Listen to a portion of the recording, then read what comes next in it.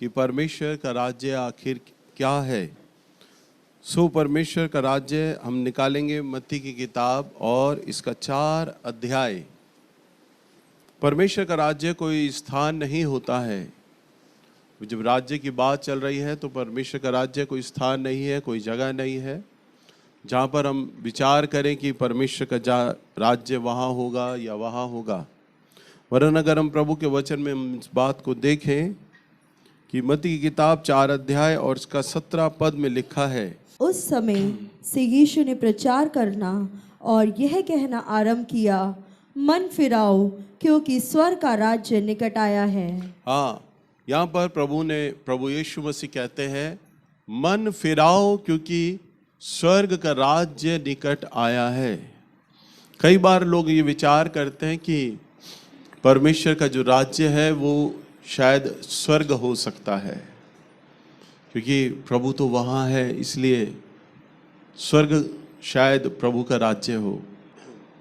आप विचार करें कि अगर स्वर्ग होता परमेश्वर का राज्य तो प्रभु यीशु मसीह ये बात क्यों बोलते। प्रभु ने तो ये बोला अपने वचन में मत्ती की किताब 4 अध्याय और 17 पद में कि वे प्रचार करने लगा और कहा मन फिराओ क्योंकि स्वर्ग का राज्य निकट आ गया है। स्वर्ग का राज्य निकट आ गया, यानी वो आपके सामने आ रहा है, आपके लिए आज आ गया है। प्रभु यीशु मसीह कह रहे हैं, यानी इसका अर्थ है प्रभु यहाँ पर प्रभु यीशु मसीह स्वर्ग के विषय में बातचीत नहीं कर रहे हैं। एक अलग प्रकार का राज्य है परमेश्वर का, जिसकी घोषणा प्रभु यीशु मसीह कर रहे हैं।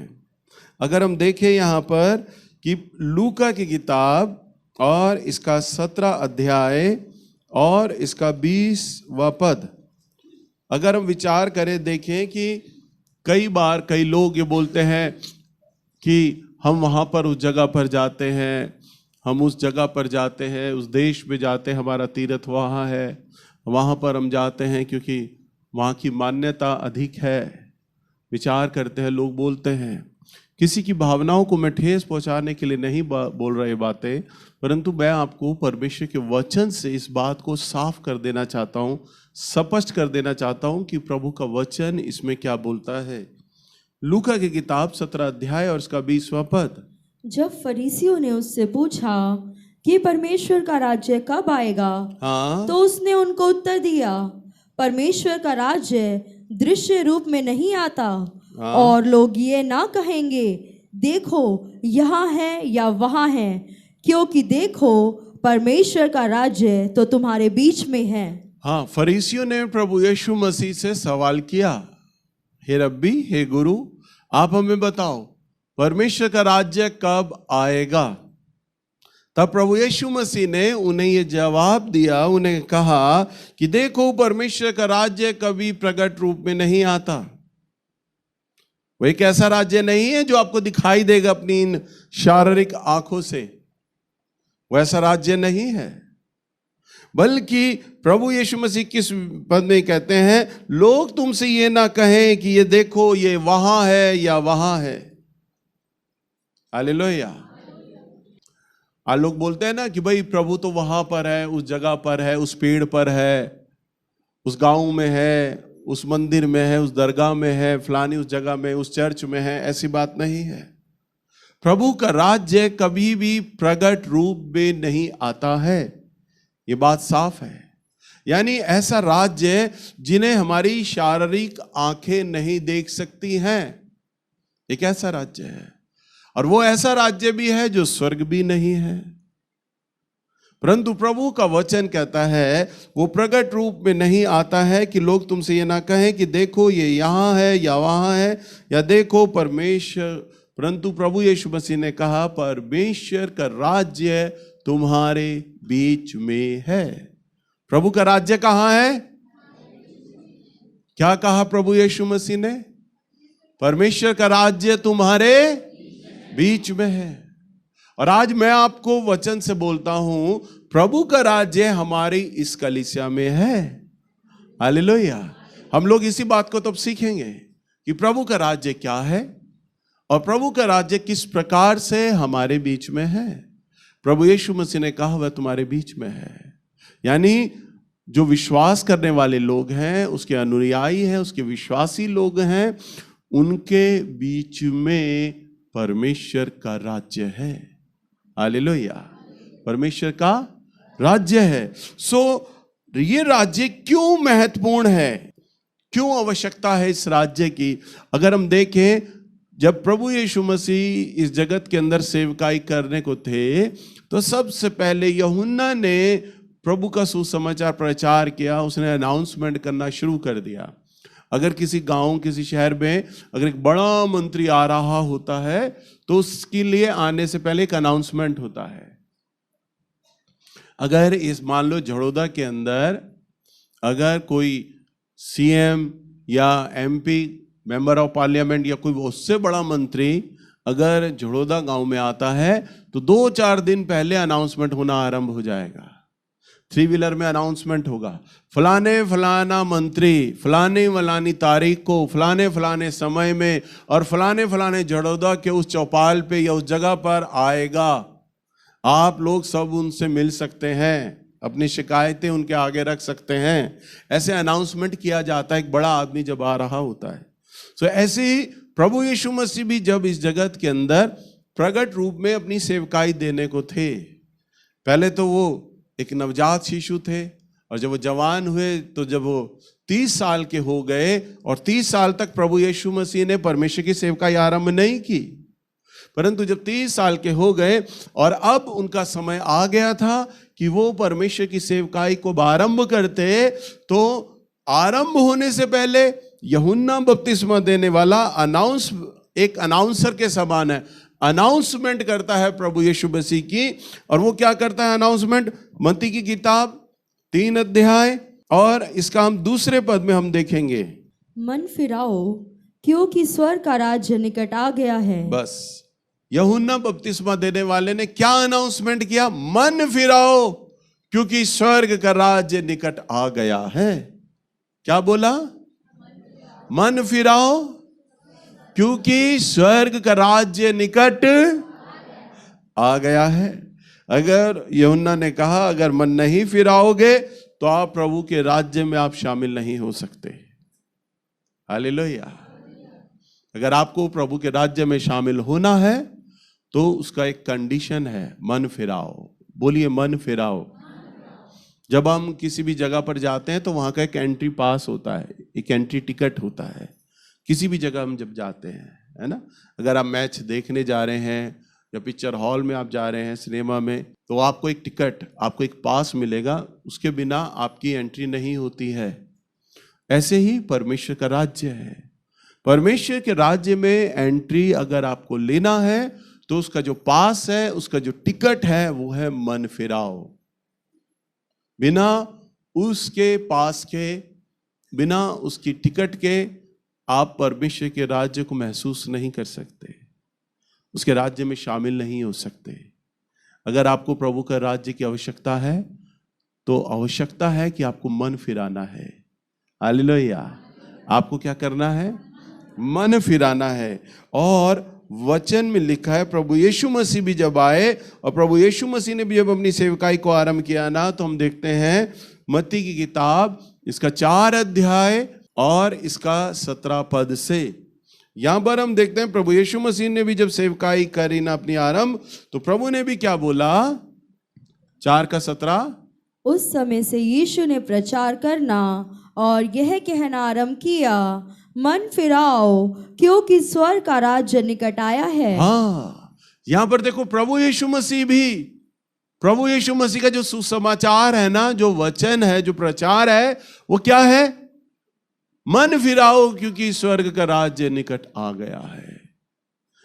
अगर हम आगे की बातों को देखें, प्रभु ने जो जो आज्ञाएं सिखाई, जो जो बातें सिखाई, जो जो उपदेश दिए, जो वचन सिखाए, वो सारा का सारा कुल मिलाकर जो फोकस था ना, वो स्वर्ग के राज्य को लेकर ही फोकस था।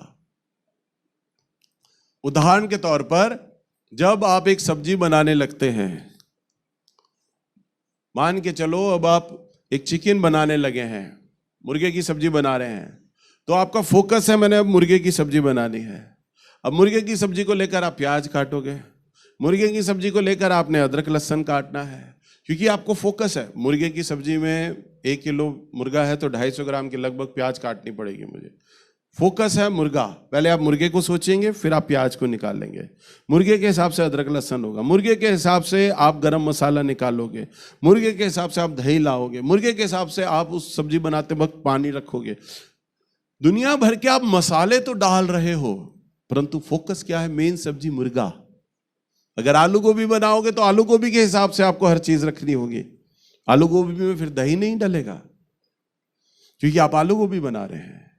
बहनें इस बात को अच्छे से समझ पा रही हैं।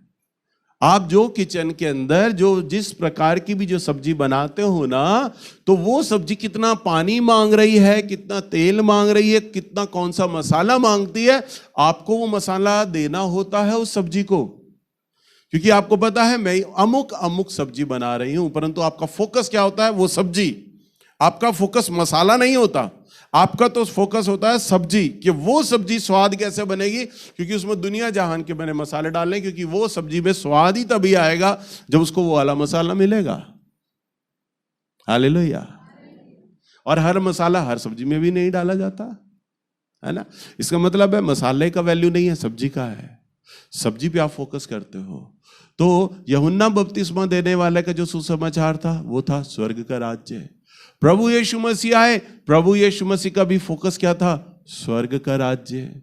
यहां पर हम देखते हैं प्रभु यीशु मसीह को जब क्रूज दे दी गई और जब जी उठा लिए गए और जब प्रभु की सेवा चल रही है, तब भी हम देखते हैं प्रेरितों के काम की किताब के अंदर, निकालिए प्रेरितों के काम की किताब, इसका 1 अध्याय और इसका 3 पद।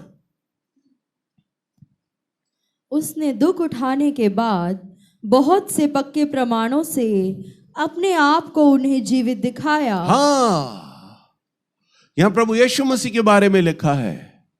जब प्रभु यीशु मसीह को क्रूस दिया गया और 3 दिन के बाद प्रभु यीशु मसीह मुर्दों में से जीवित हो गए। हालेलुया।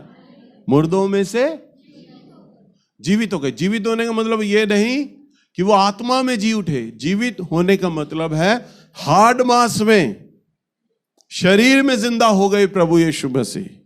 अगर आज आप यरूशलेम में वहां जाएं तो वहां पर प्रभु यीशु की कब्र के आगे, प्रभु यीशु मसीह की जो कब्र थे ना, प्रभु को मट्टी में नहीं गाड़ा गया था, एक गुफा नुमा एक प्रभु यीशु की कब्र थी।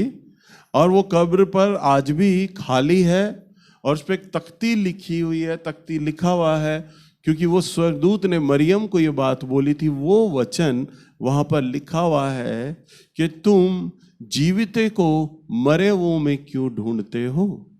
हालेलुया। आज जब भी हम जाते हैं ना, तो हम देखते हैं कि तुम जीवित को मरे हुए में क्यों ढूंढते हो। वो कब्र खाली है, प्रभु यीशु मसीह की कब्र खाली है। वो जिंदा हो गया और 40 दिन तक लोगों को दिखाई देता रहा। लोग उसे छूते थे। भूत के संग कोई नहीं रहता, भूत के साथ कोई नहीं सोता, भूत के साथ कोई उसे खाना नहीं खिलाता। यानी प्रभु यीशु मसीह जी गए थे, जी उठे थे, 40 दिन तक लोगों को दिखाई देते रहे। और लिखा है वचन में, इसका 3 अध्याय, दुख उठाने के बाद और बहुत से जीवित प्रमाणों के द्वारा, हाँ, अपने आप को उन्हें जीवित दिखाया और जीवित प्रस्तुत किया, जीवित अपने आप को दिखाया। और 40 दिन तक वह उन्हें दिखाई दे रहा। 40 दिन तक लोगों को दिखाई देता रहा, गांव के लोगों को दिखाई देता रहा और परमेश्वर के राज्य की बातें करता रहा। और फिर देखो दोबारा से परमेश्वर के राज्य की बातें करता रहा। यानी प्रभु यीशु मसीह का जीवन काल में एक ही संदेश था, मन फिराओ क्योंकि परमेश्वर का राज्य निकट आ गया है। अभी मैंने आपको क्या कहा? प्रभु ने दान के विषय में बातें करी, दीनता के विषय में बातें करी, क्षमा के विषय में बातें करी, तरस के बारे में बातें करी, चेलों के पैर धोए, पानी को रोक दिया, बारिश को रोक दिया, 5 रोटी 2 मछली को प्रभु ने 5000 लोगों में बांटा। ना जाने क्या क्या आश्चर्य कर्म करे, अंधे चलाए, लंगड़े चलाए, मुर्दे जिंदा किए, लाजर को जिंदा किया, 3 दिन पुराने मुर्दे को जिंदा कर दिया। ना जाने कितने अद्भुत प्रभु ने, यीशु ने काम किए, परंतु उसके काम करने का जो फोकस था, उसकी शिक्षाओं का जो फोकस था ना, वो था स्वर्ग का राज्य। हालेलुया। उसका फोकस क्या था? अभी मैंने आपको उदाहरण दिया था ना सब्जी का फोकस लेकर ही आप मसाले डालते हैं। ऐसे ही प्रभु यीशु मसीह का जो फोकस था ना, वो था स्वर्ग का राज्य। लाजर को प्रभु ने जिंदा किया, जो 3 दिन पुराना सड़ा मुर्दा था, उसे जिंदा किया प्रभु यीशु मसीह ने। तो इसलिए नहीं किया कि प्रभु नहीं चाहते थे कि लाजर मरे, बल्कि इसलिए जिंदा किया क्योंकि प्रभु स्वर्ग के राज्य को प्रकट करना चाहते थे। हालेलुया। अंधों को प्रभु ने आंखें दी, प्रभु ने इसलिए नहीं दी कि ये देखने लग जाएं, बल्कि इसलिए दी क्योंकि स्वर्ग के राज्य को प्रभु दिखाना चाहते थे। ये होता है स्वर्ग का राज्य। नमूना रखना चाहता था मेरा प्रभु। हालेलुया। इसी प्रकार से जब आप कभी भी एक पिक्चर को देखने लगते हैं तो सबसे पहले एक ट्रेलर देखते हैं। अब तो YouTube पर हर पिक्चर का ट्रेलर आता है। तो जब आप पिक्चर हॉल में जाते हैं तो आने वाली पिक्चर का एक ट्रेलर दिखाया जाता है 2 या 3 मिनट का। उस ट्रेलर को देखकर आपको एक अंदाजा लग जाता है कि वो पिक्चर किस तरह की होगी। तो इसी तरह से प्रभु यीशु मसीह ने भी ना 3.5 साल सेवा करी। कितने? 30 साल के प्रभु हुए जब सेवा शुरू करी, और 3.5 साल बस से, केवल 3.5 साल, ज्यादा प्रभु जिंदा नहीं रहे। 33.5 साल के जब प्रभु यीशु मसीह हुए तब तो उन्हें क्रूस दे दी गई थी, तब तो उन्हें क्रूस दे दी गई थी। और 33.5 साल में हमारे प्रभु यीशु मसीह का बलिदान हो गया। बस पृथ्वी पर कितना प्रभु को समय मिला था? 3.5 साल। कितना? 3.5 साल। और 3.5 साल प्रभु को सेवा मिली और स्वर्ग का राज्य का प्रचार किया। और जितने लोगों ने स्वर्ग के राज्य को समझा और सीखा ना, पर स्वर्ग का राज्य का मतलब परमेश्वर का राज्य। हालेलुया। परमेश्वर का राज्य। अब इस समय भारत के अंदर बीजेपी गवर्नमेंट का राज है ना, केंद्र में है भाई। फिर अलग अलग राज्यों में कहीं पर आम आदमी पार्टी है, कहीं पर बीजेपी है, या कहीं पे और अन्य दल हैं। अलग अलग राज्यों पे फिर उनकी सरकार बनती है।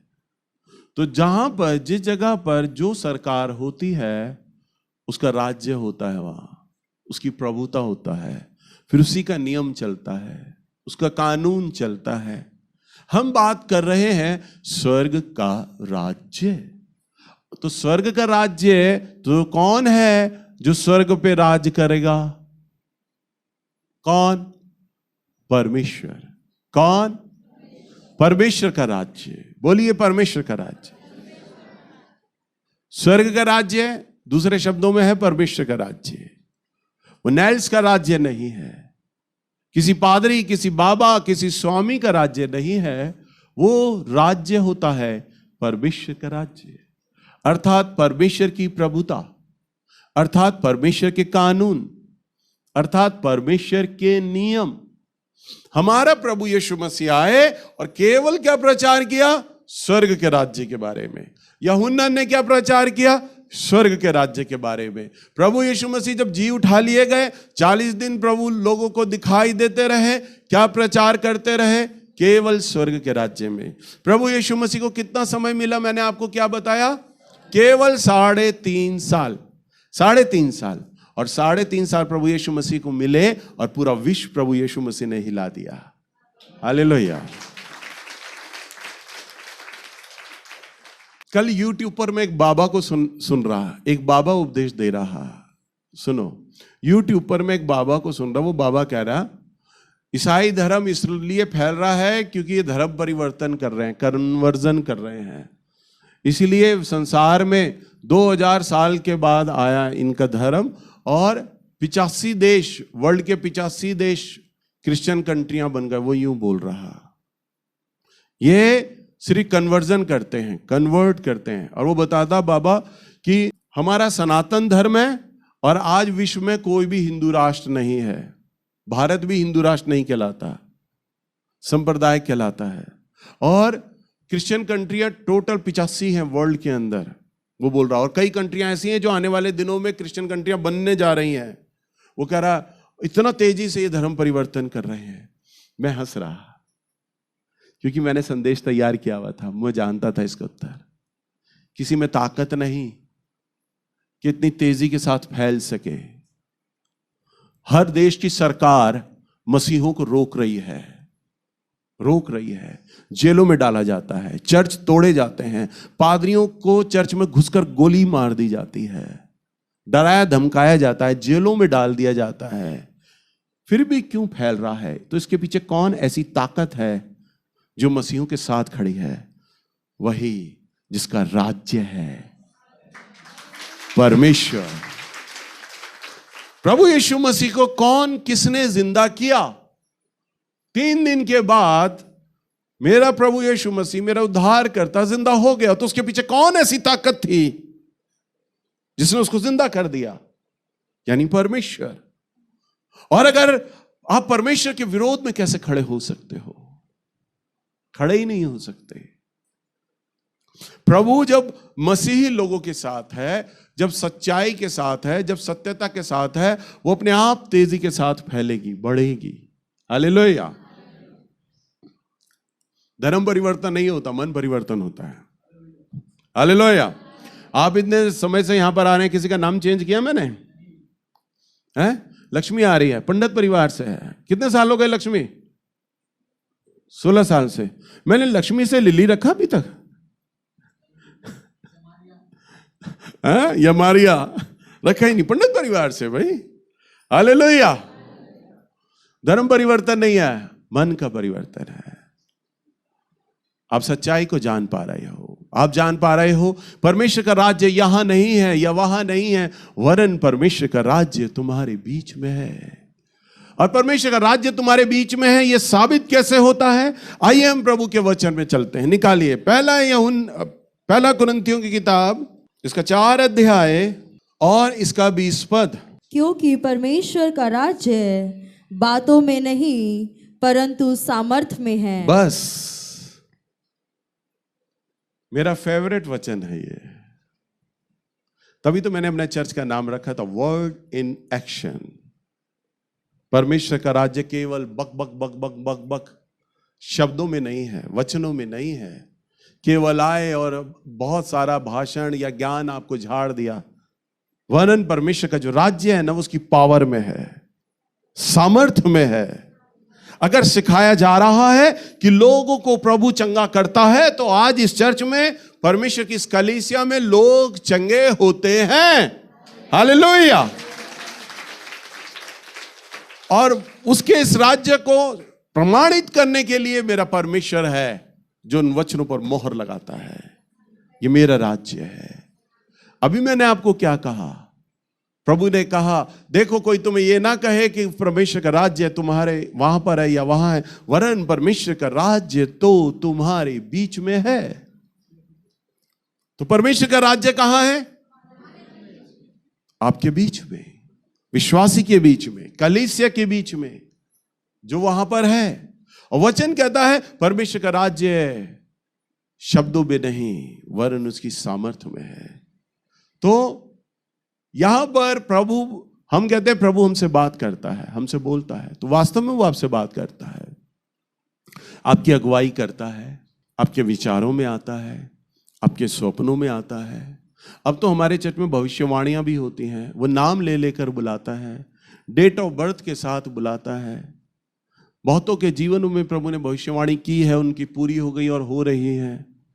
तो इससे सिद्ध हो जाता है कि प्रभु तो हमारी हर एक बात को जानता है। जैसा उसने अपने वचन में कहा है ना, मैंने तो तेरे सर के बाल तक गिने हुए हैं। हालेलुया। आपको नहीं मालूम आपके सर में बाल कितने हैं, परंतु वो तो आपके सर के बालों को भी जानता है। तभी तो वो आपकी डेट ऑफ बर्थ भी बता देता है। हालेलुया। आपका नाम लेकर बुला लेता है क्योंकि वो आपके बारे में जानता है। तो जैसा हम प्रभु का वचन सुन रहे हैं, पढ़ रहे हैं, प्रभु अपने उस नाम को हमारे बीच में प्रमाणित करता है। सो आइए हम एक और वचन को देखेंगे, मत्ती की किताब, इसका 12 अध्याय और इसका 28वां पद। पर यदि मैं परमेश्वर की आत्मा की सहायता से दुष्ट आत्माओं को निकालता हूँ तो परमेश्वर का राज्य तुम्हारे पास आ पहुंचा है। बस प्रभु यीशु मसीह क्या कह रहे हैं? अगर मैं परमेश्वर की सहायता से दुष्ट आत्माओं को निकालता हूं। हमारे चर्च में ना जाने कितने लोगों के बंधन टूट गए, असंख्य। कितने लोगों यहां आए, असंख्य, जिन पर दुष्ट आत्माएं थी, गिनती नहीं गिनी जा सकती, चली गई, छुटकारा पा गए वो लोग। प्रभु यीशु मसीह भी कहते हैं यदि मैं परमेश्वर की आत्मा की सहायता से दुष्ट आत्माओं को निकालता हूं तो परमेश्वर का राज्य तुम्हारे बीच आ चुका है। हालेलुया। हमारे बीच में ना जाने कितने लोग दुष्ट आत्माओं से छुटकारा पा गए, बंधन टूट गए, जिसका मतलब है परमेश्वर का राज्य हमारे बीच में है। हालेलुया। वो प्रकट रूप में अपने आश्चर्य कर्म के द्वारा, वचन में हम क्या पढ़ रहे थे? क्योंकि परमेश्वर का राज्य बातों में नहीं वरन सामर्थ्य में है, चिन्ह चमत्कार में है, चंगाई छुटकारे में है। यहाँ केवल आपको ज्ञान की बातें नहीं सिखाई जा रही, यहाँ केवल आपको उपदेश नहीं दिया जाता, बल्कि लोग जिस आशा के संग आते हैं ना, उनके जीवन में परमेश्वर के पावर का डिमोन्स्ट्रेशन, यानी उसकी सामर्थ्य का प्रदर्शन आपके बीच में होता है। हालेलुया। मेरा मसीह 2000 साल पहले जो बीमारों को चंगा करता था और प्रकट करता था, क्योंकि परमेश्वर का राज्य बातों में नहीं वरन सामर्थ्य में है, प्रभु तब भी बीमारों को चंगा करता था, वो आज भी कर रहा है। वो तब भी नाम लेता था और आज भी नाम ले रहा है। हालेलुया। उसमें कोई बदलाव नहीं आया। वो तब जब करता था, तब जब उसने कहा प्रभु का राज्य तुम्हारे बीच आ चुका है, तो आज भी हमारी कलीसिया में जो वो काम करता है ना, तो इसका ये अर्थ है कि परमेश्वर का राज्य हमारे बीच में है। हालेलुया। और उसका एक ही कंडीशन है कि मन फिराओ।